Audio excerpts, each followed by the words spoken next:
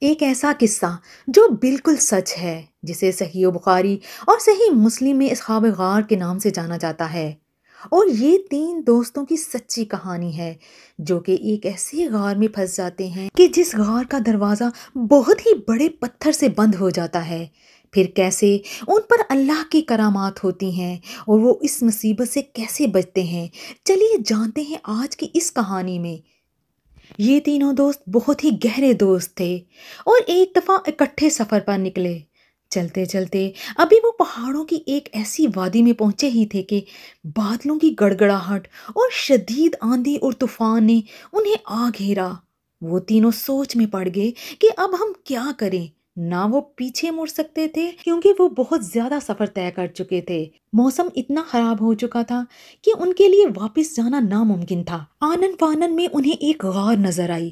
ان تینوں نے اسی غار میں رکنے کا فیصلہ کیا۔ ابھی وہ اس طوفان کے رکنے کا انتظار کر ہی رہے تھے کہ اچانک ایک بہت ہی بڑا پتھر جو کہ بہت ہی اونچائی سے آیا اور غار کے دہانے پہ آ کے گرا اور غار کا منہ بند ہو گیا، جسے دیکھ کر وہ بہت ہی گھبرائے۔ غار کے اندر اندھیرا اتنا زیادہ تھا کہ وہ ایک دوسرے کو بھی نہیں دیکھ سکتے تھے۔ پریشانی کے عالم میں وہ بہت ہی درد سے روئے اور ایک دوسرے سے گریہ زاری کرنے لگے۔ پتھر اتنا بھاری تھا کہ تینوں کے بے حد زور اور طاقت لگانے سے بھی وہ ٹس سے مس نہ ہوا۔ اب وہ اللہ سے رو رو کر دعا مانگنے لگے اور گریہ زاری کرنے لگے کہ ایک دوست نے دعا کے لیے ہاتھ اٹھائے اور دعا مانگنے لگا کہ اے اللہ، تو جانتا ہے کہ میرے بوڑھے والدین تھے جن کی میں نے بہت ہی خدمت کی۔ ان کے لیے بکری کا دودھ نکالتا اور شام سے پہلے انہیں پلاتا تھا۔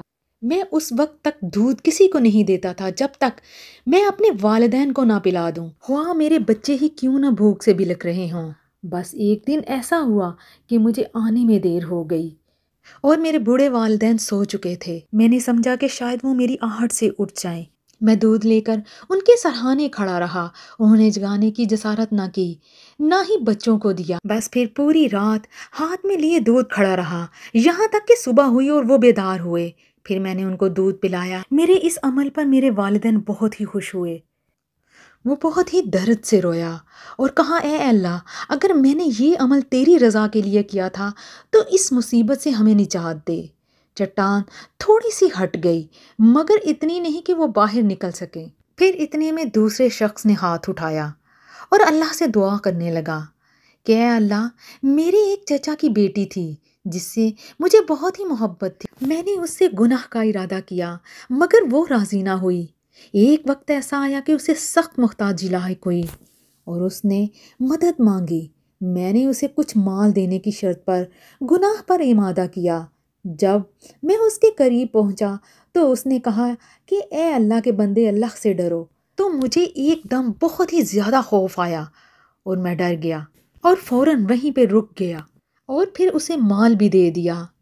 اے اللہ، اگر یہ عمل تیری رضا کے لیے میں نے کیا تھا تو ہمیں اس مصیبت سے نجات دے اور اس پتھر کو ہٹا دے۔